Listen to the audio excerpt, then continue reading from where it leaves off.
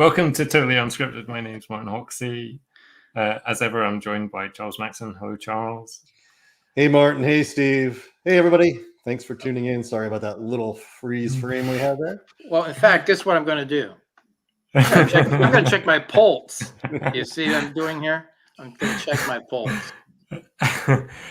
Yeah, so this week we thought we would feature AppScript Pulse. It's been going a couple of years now. So for those not familiar with it, AppScript Pulse is a website I've kind of put together September 2019, and aware of all the fantastic contributions to the Google AppScript community and the workspace community.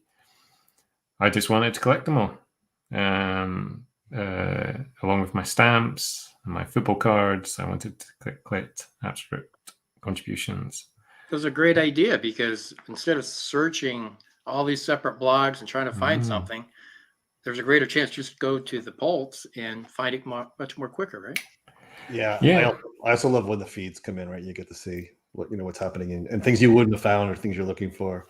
And there's two great aspects. I can browse it, but also I can search it and find things quickly and make headways of what's going on. So, by half the community, Martin, thanks for keeping that going.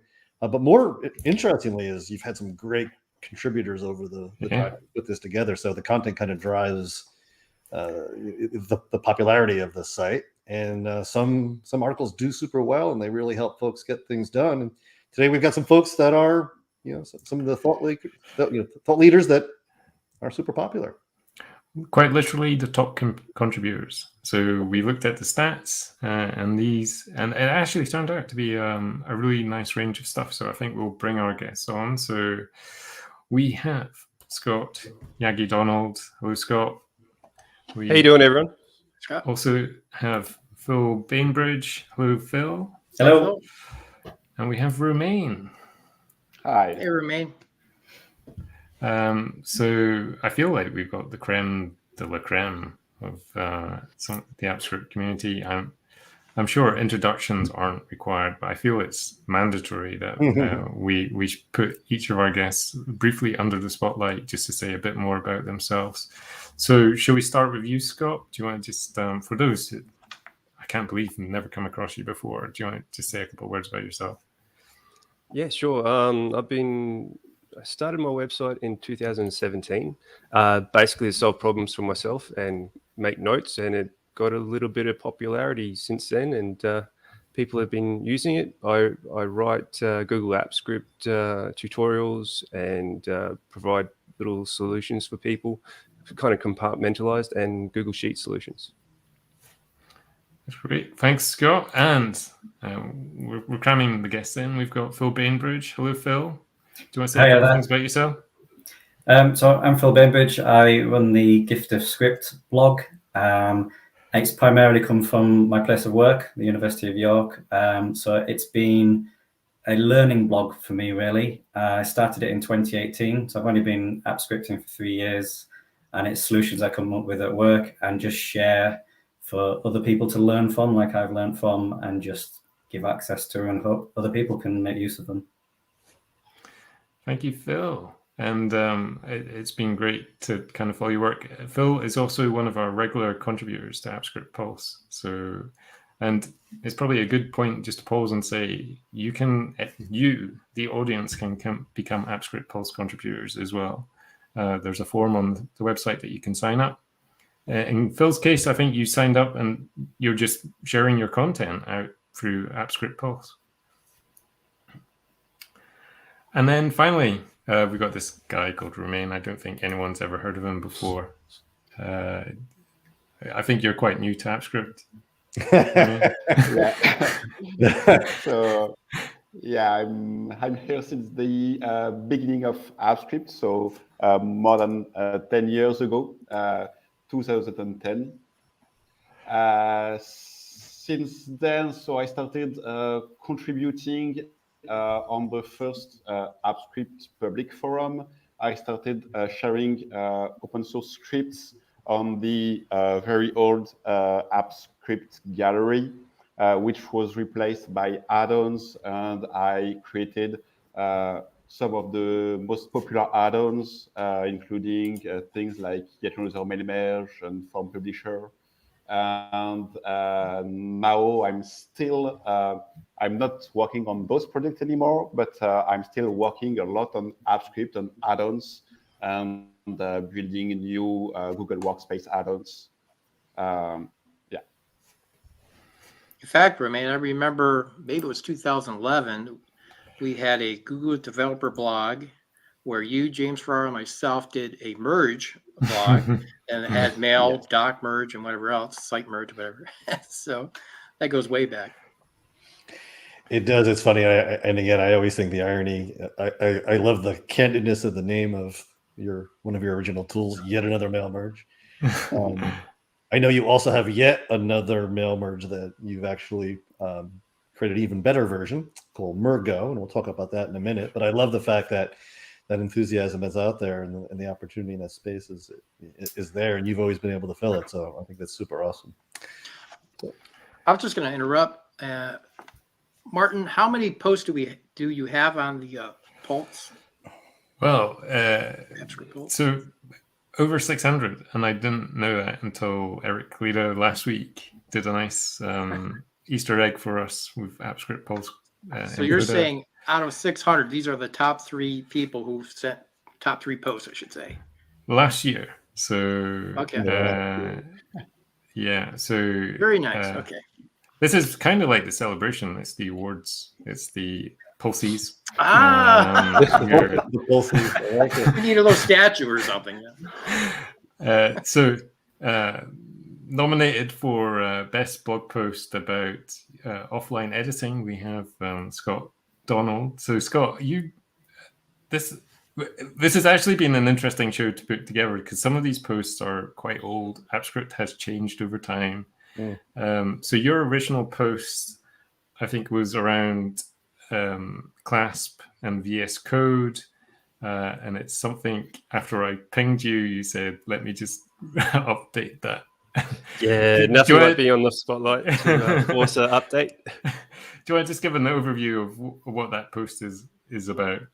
Yeah, no worries. So for people who don't know, Clasp allows you to write Google Apps Script from your favorite editor. In my case, for this tutorial, is Visual Studio Code, and it provides a command line tool that you can grab from a npm package.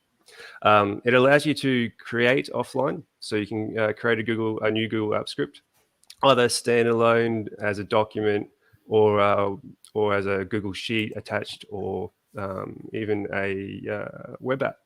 You can pull existing app scripts from the cloud and then edit them on your editor. You can push your created Google App Script from your Visual Studio Code onto the server, and you can make a duplicate or a clone. And you can even open up the project from the command line as well. So what we mentioned that something changed. What changed? What did I force you to rewrite? I suppose there was a couple of grammar issues. I found a grammar tool to help out with my English. Since then, I added a table of contents to the top of the page, and then changed the Visual Studio Code pics. They had a format that wasn't particularly great, so they're a lot clearer now. And then I added a couple more visuals because I think my readers really appreciate the visuals in there, which you can't really with formal documents, a particular process that they need to abide by. I updated the Google Apps Script to the new IDE in the visuals as well, and a couple of minor changes for getting to the correct location. Moved the types, so I didn't mention it earlier, but also include types Google Apps Script, which is a package that you add on top of on top of Clasp, that adds classes and method definitions. So I moved that to inside the Visual Studio Code chapter because you should probably open that locally instead of globally. I added a section on TypeScript and added some more notes for troubleshooting. So, just one a or two things. Just a minor refresh. So I think one of the things to say is you obviously wrote this post before the new script IDE has come out. So have you stuck with Clasp and VS Code as a solution, or are you back in the new script editor? To be honest, I'm back in the new script editor more often than not. So a lot has changed with the new editor, and it's made it a lot easier to work in. The only thing I usually work in Clasp is if I've got a really large project and I want to do a lot of HTML editing. And if I'm building that sort of HTML boilerplate, it makes it a lot easier because I can run a live server, do all my editing, test it, looks great, and then I'll add in my scriptlets, and then I'll load it back up into the server. I guess Romain as well, since we have you here and you're a long-term AppScript developer, are you primarily, when you're developing your add-ons, are you doing those in the new script editor, or are you a Clasp VS Code user yourself? You're muted. You're muted. He's not looking at us. You're muted. Sorry. I'm now working fully via the new ID. I don't, nowadays, I don't ever switch to VS Code on the desktop or to the old IDE. Yeah. Well, I think it sounds like, Charles, a great win for the new script editor. I think it is. I think it is a good win, and I think one of the questions I had is, why is this article so popular?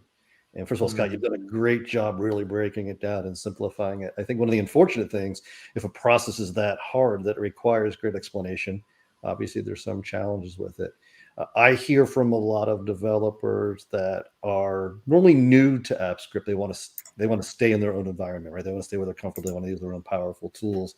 I think the consensus is, hearing from you folks as well too, is, after a while you realize the new IDE is actually nicely gently bound to it, works well enough, if not perfect, and it allows you to get things done faster without any of the overhead.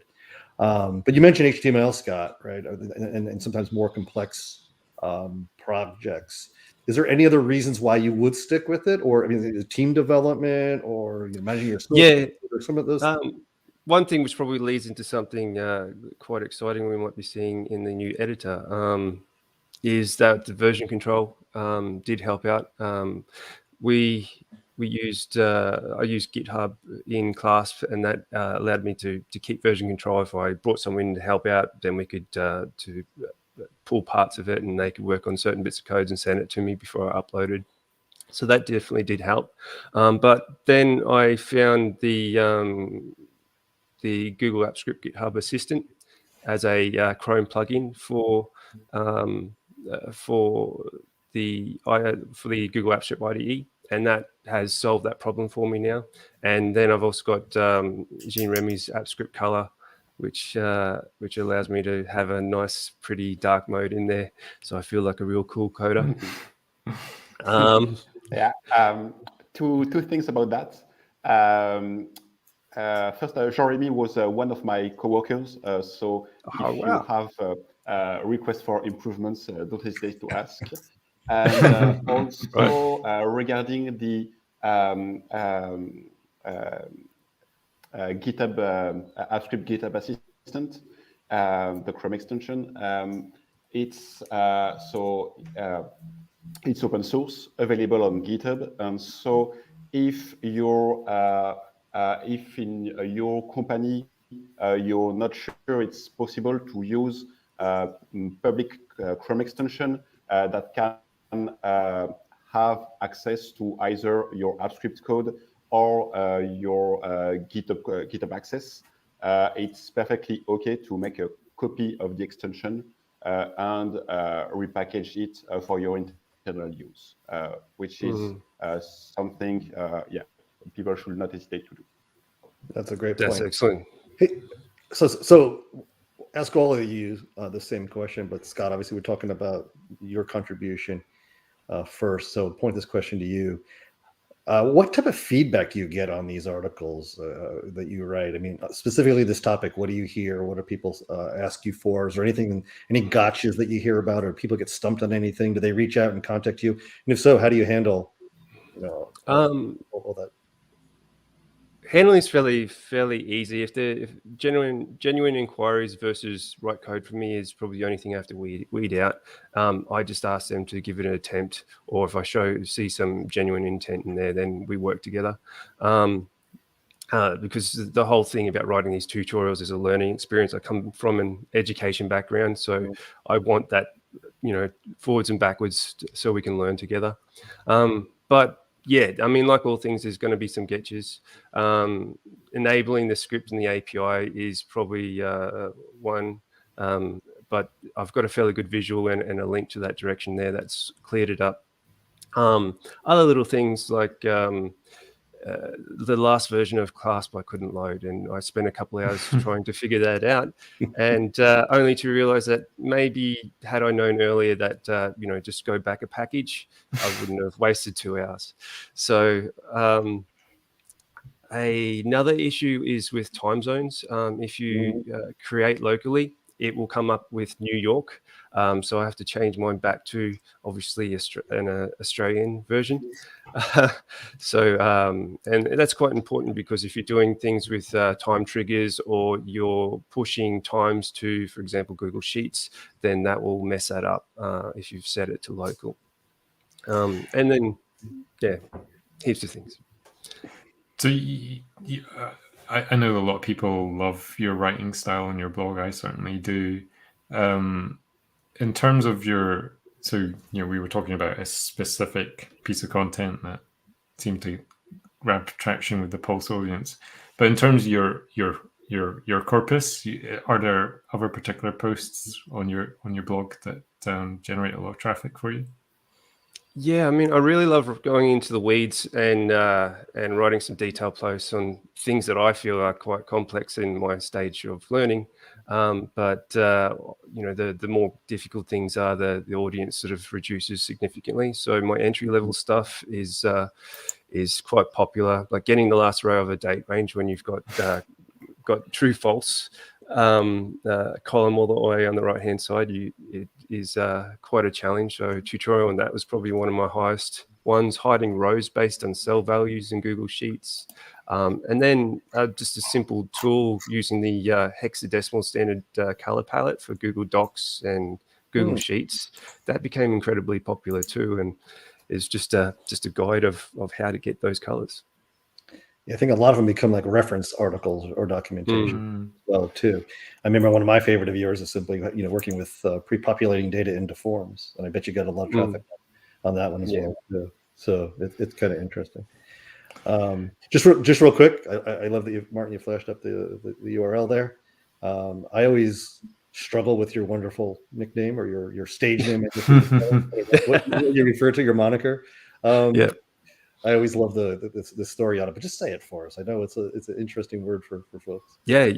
So I'll break it down. Yagi-san Atade means after the goat in Japanese. Yagi-san Atade, if you want to do the Australian mumble. Perfect. So we got another blogger here, Phil. So you've got your own site, the Gift of Script blog. I guess if these were the Pulses, you'd win the prize for best snippet or best PDF automation. So you mentioned you've come to Google Apps Script quite recently. Was the blogging side come quickly as well, or were you blogging beforehand?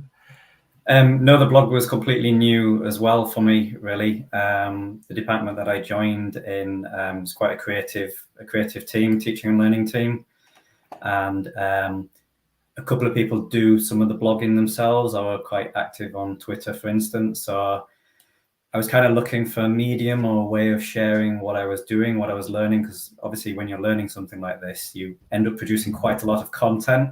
And it was just kind of sat there in my Google Drive, and it was kind of like, well, it'd be nice if I could have it somewhere. It wasn't necessarily going to be as front-facing as it has turned out to be. No, it was new to me, and I think it was interesting being invited to this this as well, because it made me look back at the original, how things started on the blog, and I can see how I've changed, how I've done the posts and how I've written them and the instructions, and kind of trying to put the YouTube videos on to help with people that come along and try to engage with it. So it's been quite nice to see.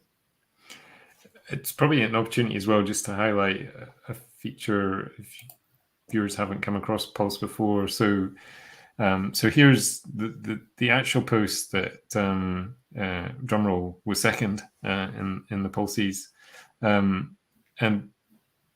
when we're posting content, we also include related content posts, and it looks like you're into a PDF vibe, going by the algorithm here.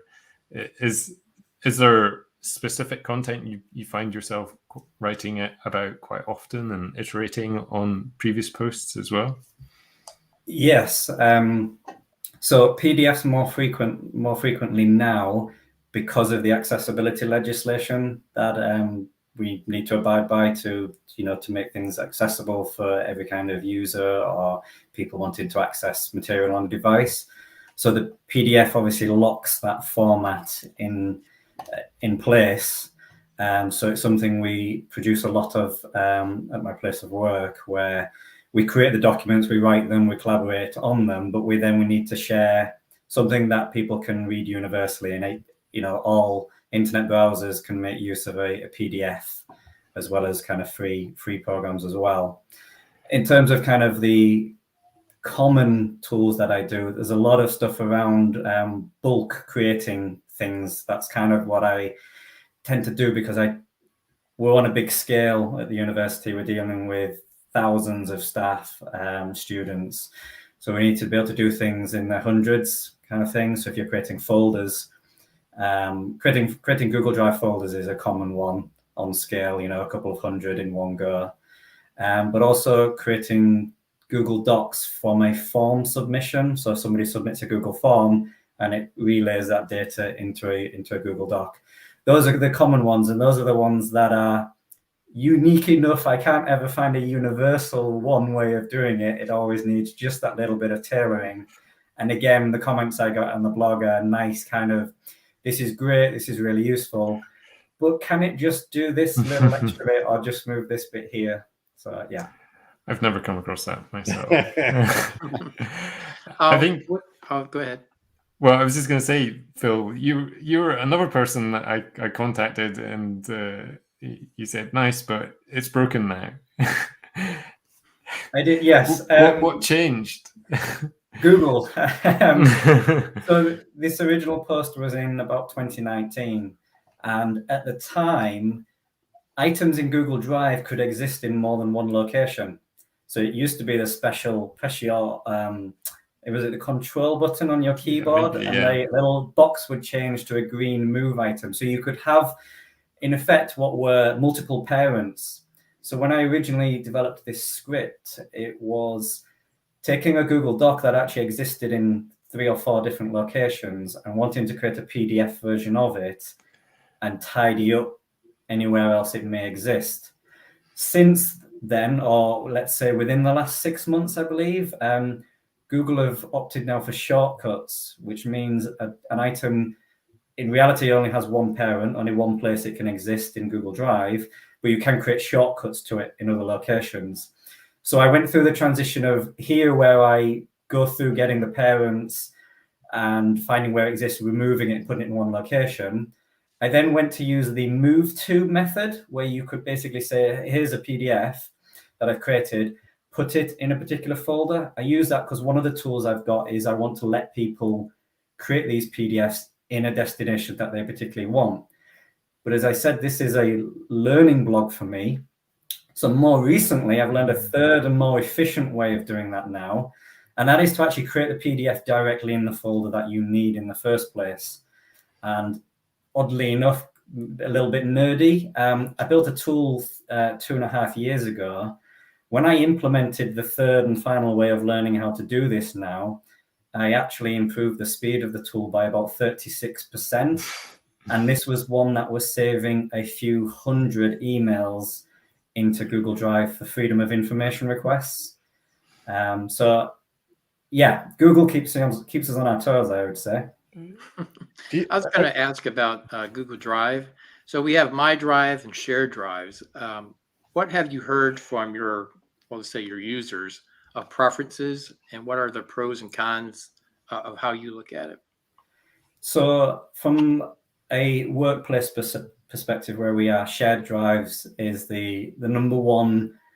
Try to get it on there first with everything because of ownership.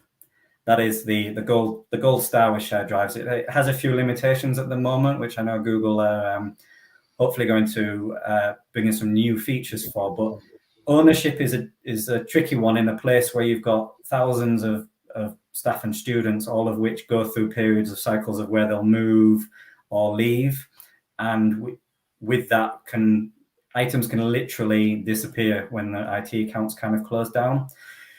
But from a perspective outside of an enterprise, some people don't have access to shared drive, and it is a My Drive, but that's what I tend to find on the blog. So I aim for something that works with both. Primarily, I'm usually developing something, or it's come from my place of work, so I focus on the shared drive aspect. But in all honesty, if it works on a shared drive, it will almost definitely work on My Drive.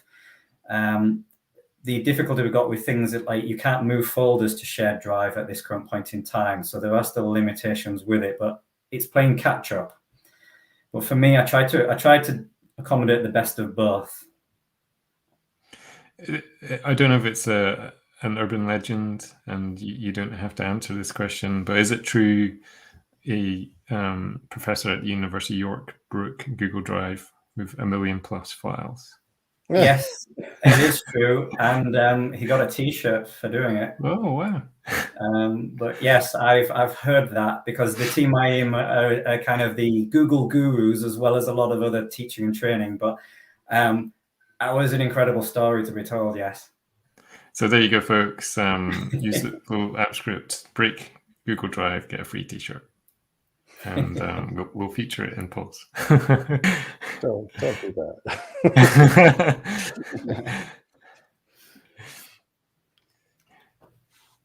that. So you mentioned in the post that this solution came, and you've talked about it.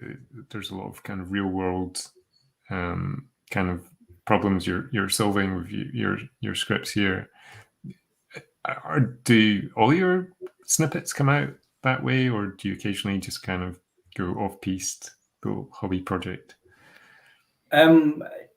Yes, it's a mixture of both. So app scripting isn't actually my full role or job at the university. It's probably it's about 40 or 50% of what I kind of do. I'm otherwise a teacher / trainer and second line IT support. But I do consultations with staff, basically. So staff will come to me and we're doing something really manual. Is there a way we can kind of automate it? And I said the best and most common example is people fill in a Google form. Is there a way we can have it automatically email X, Y, and Z, and also create some Google Drive folders with the content for it? So a lot of the stuff that I get obviously involves quite a few different types of app scripting in there, with creating the documents, getting form data. So I kind of, in some cases, break it down and create a blog post per thing. But I've also most recently been trying to create the blog post that is the entire tool in its sense, for people to be able to pick it up and use it. But doing that in my day-to-day means I visually see what people are struggling with. So I do end up going off on a weekend and creating my own pet projects, which sound great and exciting at the time. And then 2 to 2.5 months later, I'm at the point where I just really want to get it out there and available. But I've produced some really cool stuff that I've been quite happy and excited about. And they've also been quite a lot of the popular ones on the blog, where I say they're big, they're bulk tools, they're quite vanilla, and they do stuff that have just come from.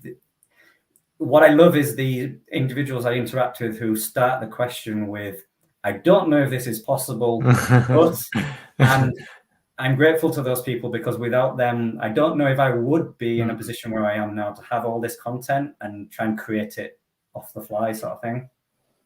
So there you go, folks. If you want something done in AppScript, contact Phil. I don't know if this could be done, but it'll be the secret code. But you mentioned you've got a couple of big projects there. Are there particular ones you're very proud of? One of the ones I am particularly excited and again nerdy of is in Google Drive, you can use the search bar at the top to search for all of the files that you own. But then you get one of those infinite scroll lists that you get, where you keep scrolling down, and once you've got more than 50 files, it becomes unusable. So a side project I had from somebody was, I don't know if this is possible, but can I search my Google Drive for these particular files? At the time, I didn't know the ability to do that in AppScript, that you could search Google Drive.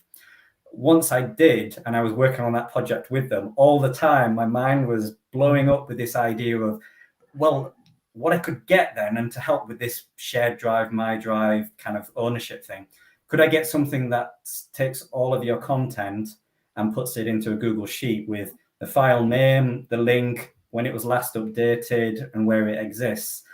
And that's a tool that I ended up coming up with. But it also had a few learning curves for me in it, because it also reinforced this mantra that I've read quite a few times online, and that is, row by row is slow by slow. So a lot of what I did was got a file, appended it to a Google Sheet, got a file, appended it to a Google Sheet.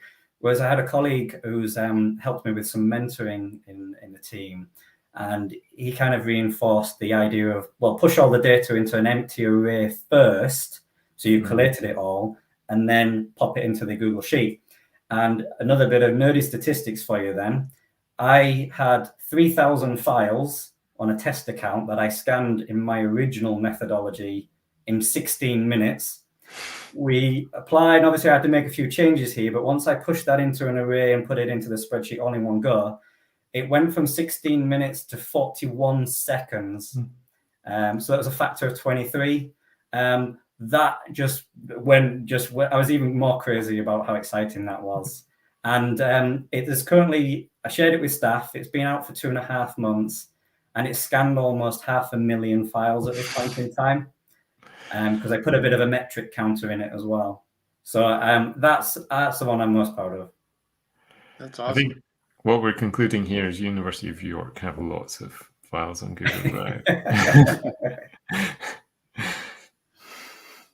Hey, Romain, Phil mentioned about automation, and I vaguely remember, is it true that when you were in school, didn't you write a paper about don't hate but automate? Did I get that right? That's true, yes. Yeah, that stuck with me, yeah. When I started with AppScript, I was still in school, and I used my first project, student and jobs project, to discover that yes, a lot of things could be automated with AppScript, and actually the product manager, AppScript product manager of the time, Saurabh Gupta, had a presentation saying something pretty similar. Don't hate, automate. And so I reused that idea, and Well, it's probably a nice segue into the post that you've done. So this was fanfare, the top contribution we had last year on AppScript Pulse, and it's automating a game. So for those unfamiliar with this particular post, I'm sure everyone has come across, if you have children, Double or the Spotlight game. So this is a card game where there are different characters on cards, and basically they're mixed up, and I'm terrible at it, but my daughter always wins. But do you want to just say a bit more about this particular post? Yes. So it was so during the first lockdown in France due to COVID, we had the kids at home, and we needed ways to entertain them a bit more, and we found that there were versions of the double spotted game specific for young children, so with less item per cards. But my son wasn't super excited by the game, but he's super excited by Paw Patrol. And so I thought, maybe we could build another double game with images from Paw Patrol, so all the puppies and so on. And so when I had that idea, I said, but in fact, it should be quite easy to automate something with that. So if I have just a bunch of images, I could create, I could put them all in a few slides, print those slides as images, cut each one to make cards, and then I will have my game.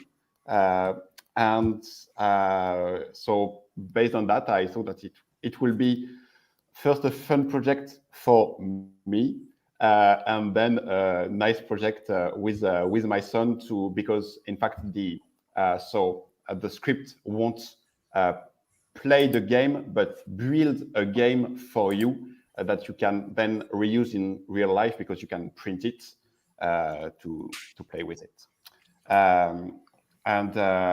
So I started that, and I thought that it was a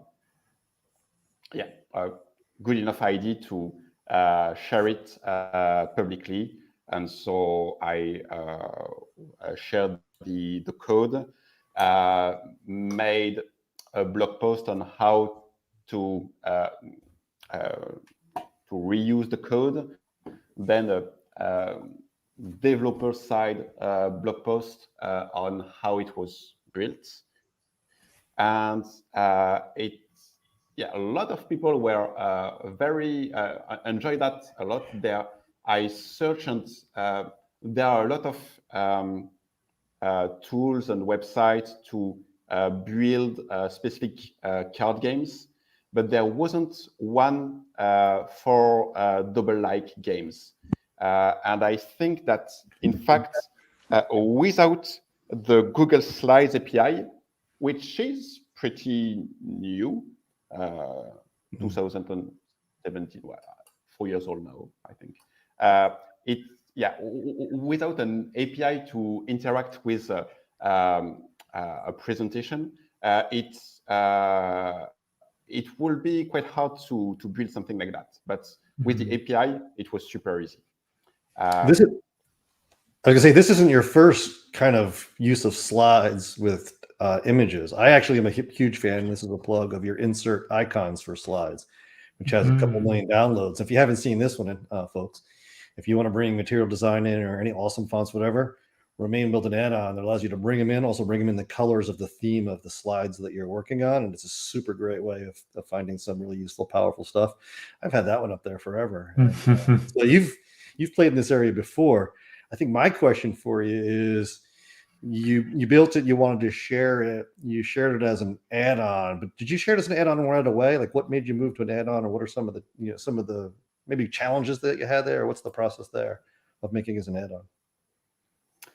So if I remember well, first it was I tried to launch something very simple, so just an app script project that you can copy, and the fact that app script projects are so easy to copy is also super nice. And I started to receive a lot of comments from people who like because they were seeing a bunch of code lines that it was frightening for them, and plus as I started, yes, like if you want to to build a game, you need a specific amount of images, and because of this specificity, I started to have to handle ways to display different error messages depending on the stuff that users presented to the script. Because if they presented something else than a folder with all the specific amount of cards of images, it will break. Basically, yeah, every time you are able to build an add-on with a unique version of your code that everybody is using and that you can update at any time, it's better. And in fact, Drive add-ons launched only a few months before I had this, I think 2 months before I had this idea. I hadn't started to play with those add-ons because they weren't very visible in the marketplace at the time. So I thought that it would not really make sense to build an add-on on the marketplace if it couldn't have any visibility. Then a friend of mine alerted me on the fact that Google changed something and the marketplace was showing those new add-ons in a way more visible way than before. And so I thought, okay, that's the perfect perfect occasion to try to build an add-on using the card service and so on. And so I started to play with that, and with only I think it's less than 100 lines of codes, including comments, spaces, and so on. With just this addition, I was able to transform simple script into an add-on with better information about what to do, step-by-step instruction, and so on. And since then, I launched it. Since then, 44,000 downloads. Yeah, but it's it's pretty stable. I haven't I'm not maintaining it really, but it's just working. That's awesome. Hey, quick question for kind of the whole panels. I think you bring up a very interesting topic. You find an idea that works, it has mass appeal, you build it as an add-on. I think, Phil, you mentioned that you've got folks all around the university that come in and they have you have exactly what they want, but they want to tweak one little thing, or they want to make one little change, or they think that what everybody else does, the way they do it, is unique. How do you manage, and Scott, you as well, how do you manage, or when do you realize it's time to share this as an add-on versus share it as a code copy or something else? And how do you know when A, it's popular enough, and B, it's the right thing to do for your effort? Because I love what Romain said. 100 lines of code may get you to an add-on, but you got to publish it. And then if you publish it publicly, you have to support it. You're supposed to. So how do you know when to go add on and when not to go add on? From my perspective, it's never. Add-ons is something I've only dabbled in a while ago, and I found it quite technical heavy, on top of what I was trying to learn in Google Apps Script and get to a solution that I could provide for what I was doing at the job at the time. It was the trade-off was to achieve the task at hand and build it around Google Sheets, and keep it as usually a bound script, so it stayed attached to the Google Sheet. Where possible, and where there is some repetition, I aim to make sort of vanilla code. So code that I can kind of create in a universal format with the view to being able to go to a script file, copy a large chunk of it out, and just need to modify a few elements to attach to it. In terms of the bigger tools that are shared out or that are made available to staff, again, at the moment, they're generically kind of a Google Sheet. I mean, they're built with a single purpose and a principle. They go through stress testing through myself, my team, and then kind of a collection of staff. So I don't kind of do new rollouts or something every 6 months with new things. It's kind of the tool was built to do that specific thing, and that's what it kind of does.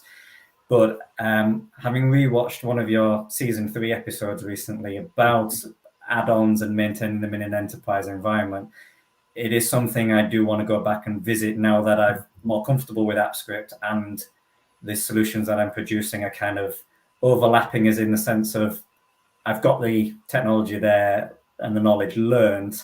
Now do I need to find time to look at the add-on aspect? Do you know how many of your quote unquote generic applications that you wrote? What's the average user base, or what's your largest user base? Like which one of your tools are the most popular? So one of my tools, which I nicknamed Project CC, was for creating calendar events, and it was allowing Zoom and Google Meet video conferencing to be added to it.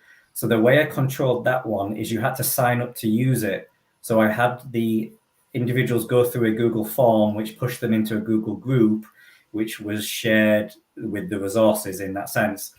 That one has 93 individuals who signed up to use it and have created about 600 events in the last sort of 6 months for it.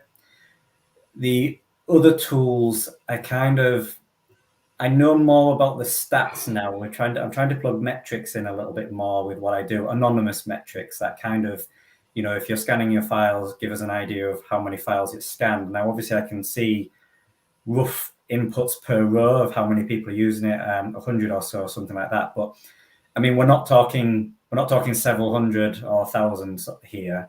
It's a handful of staff that, in the environment that I'm in, I'll usually know of them or who they are as well, to sort of, they've got a method of getting in touch if there's a difficulty in that sense. Yeah. Scott, anything to add on the topic? I've got one large Google Workspace add-on project I'm working for a client, and another one in the pipeline that they want to make commercial in future, hopefully. So that's been quite an interesting change to the 3 free small Google Workspace add-ons I've published in the past. When it came to those, it was more of a case of, well, it's going to be more convenient in future for me to make an add-on where I can add the 2 editor add-ons that I can just add to different sheets and use that. Why not just publish it? I'm sure other people will find some use out of it too. So one was just as simple as creating spaces and colorizing the spaces between different school, like university sections. And another was the same university sections, you could split them into a new document where each section had their own sheet tab, as opposed to everything in the one column. And I know a lot of university friends and picked them up and used them quite a lot. And then just I played with something recently where it was a currency converter where you could copy and paste the currency conversion from the sidebar, keeping everything inside your Google Workspace, and plug it into a document, a sheet, or an email. So simple things like that I found useful and was going to help me out. And then these sort of commercial projects are more fulfilling the goals of what clients hope to achieve. Awesome. Speaking of commercial projects, I mean, Romain, you may be the most downloaded developer in the history of add-ons. I don't know if that stat's accurate, but I know you're up there. What are you working on these days? What are you up to? What's your project du jour? So my main work as of today is to work on my new mail merge add-on called Mergo.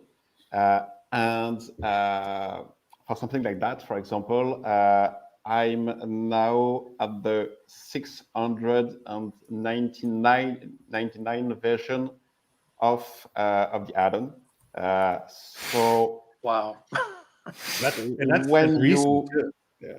when you publish maybe up to a few new versions every day, well, it might be better to have a single code base and everybody on the same version rather than trying to let people make copies of spreadsheets containing Boon script and things like that. Plus, sorry, I'm not talking about monetization, but about publishing an internal add-on for a big organization. The fact also that you have everyone running on the same version means that you have logs and errors of all executions of the add-ons. So it's way easier to debug and improve to make sure that the same error won't happen again. If I take the little overview area in the AppScript project, where you can see the 7-day summary of the execution, I had more than 1 million executions of Mergo in the past 7 days under error rate of only 1%. Still Nice. maybe too big, but it's I've been able to achieve that through a lot of updates, of course, and a lot of automated bug reports from users who try, it fails, and then using the cloud logging, I'm able to track all that and improve on all that. Probably leads us into, and I think a question from Rudy. So you've obviously mentioned you've updated Mergo over 600 times. So in terms of friction, I'm guessing none. No. So if you need to add an extra authorization scope, you need to do again all the validation process.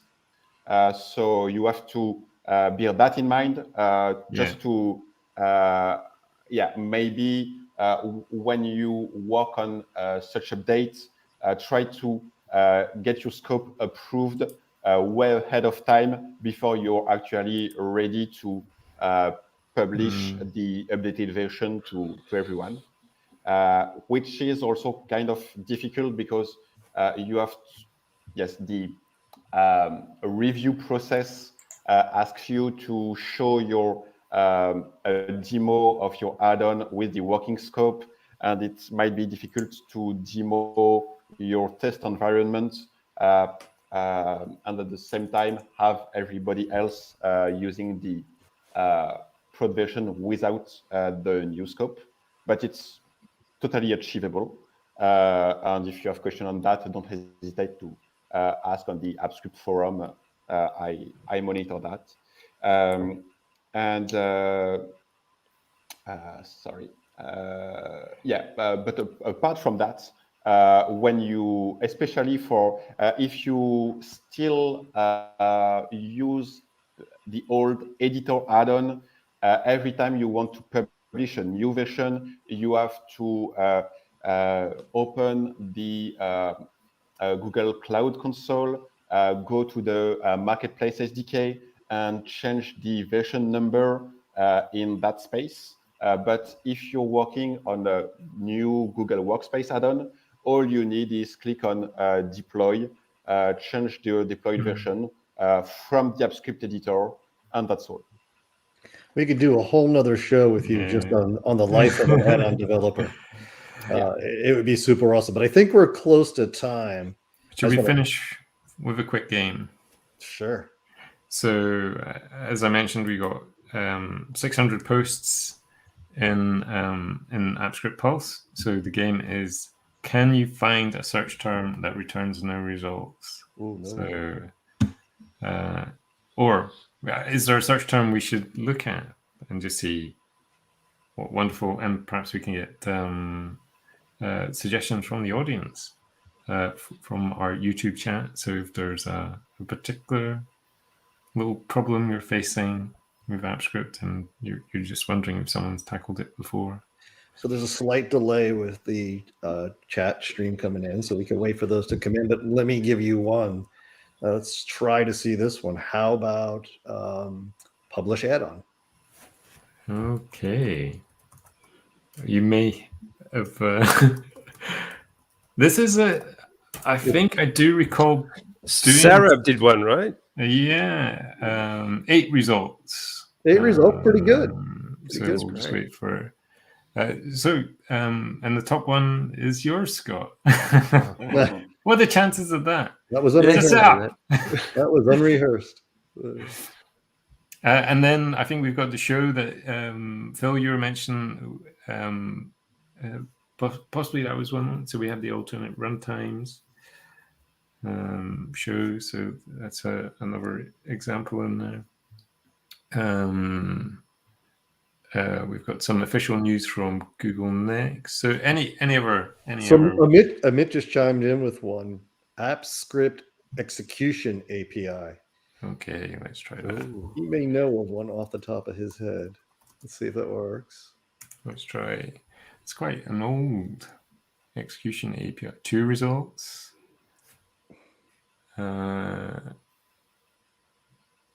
So I think execution API is quite old. So Pulse started 2019. So I think execution API was predates that. Is that still around? Do we know? Now it's only the Google Apps Script API. I'm not sure it's known as the execution API. I still say execution API. Just for fun, laughs and japes, should we look at mail merge? Try it. See if anything comes up. Please do. You won't find many there. How many do we think? 30, 40? 27. 14. The audience, it's kind of an in-joke mail merge that everyone writes a post on mail merge. Oh, look. It's Margot. Well, I was curious, Romain. Were you not tempted to name it yet another mail merge yet again or something else?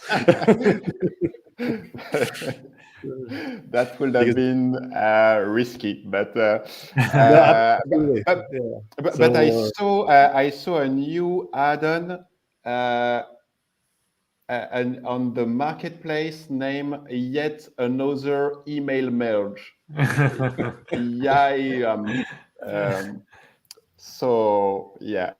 There are a lot of mail merge add-on. If you check the top-rated add-ons, you will see that most of the top-rated add-ons are mail merge add-ons.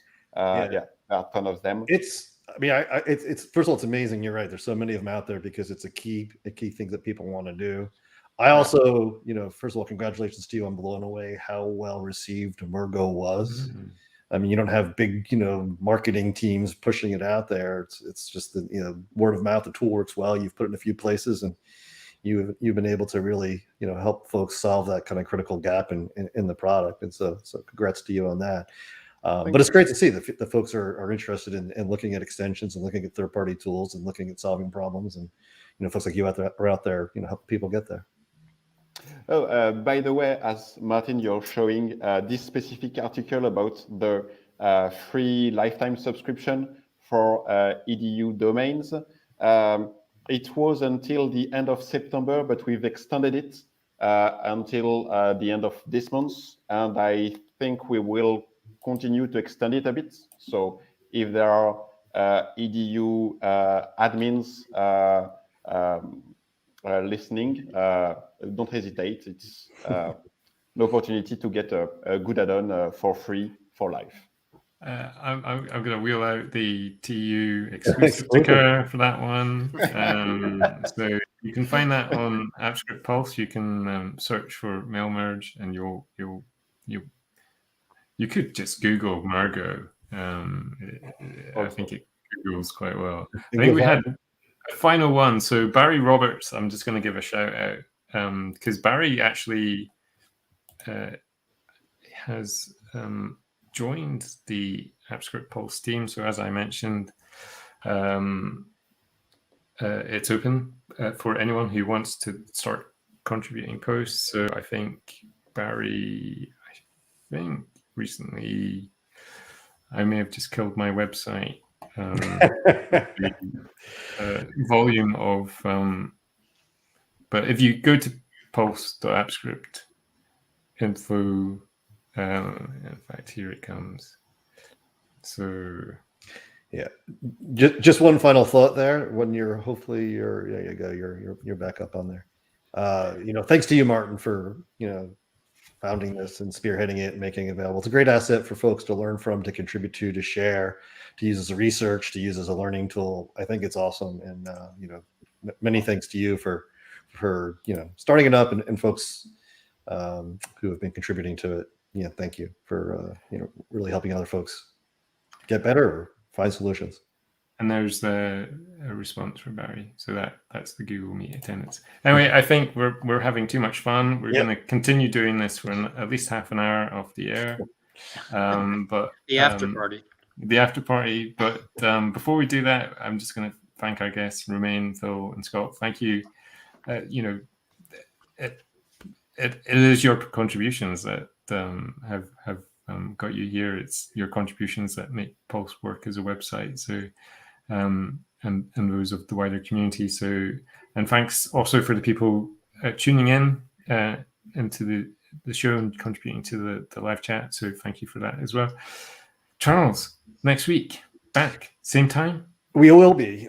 We have tentatively confirmed, if that's such a thing, one of our largest, most well-renowned workspace partners, who are a household word in this space, but I'll pause advertising it too strongly till we get it all synced up. But I would definitely tune in if you want to learn how one of our largest partners is able to bring projects to their customers, both large and small, using the core of AppScript, but also other pieces and tying it in. So I'm looking forward to that episode. But let me get it all on the calendar, and then we can actually. So stay tuned to AppScript Pulse. You'll find out more, or the show's website, and you'll see it as we get it all hooked up there. So yeah, stay tuned for updates. Thanks again to our guests, and happy scripting. Thank you. Thanks.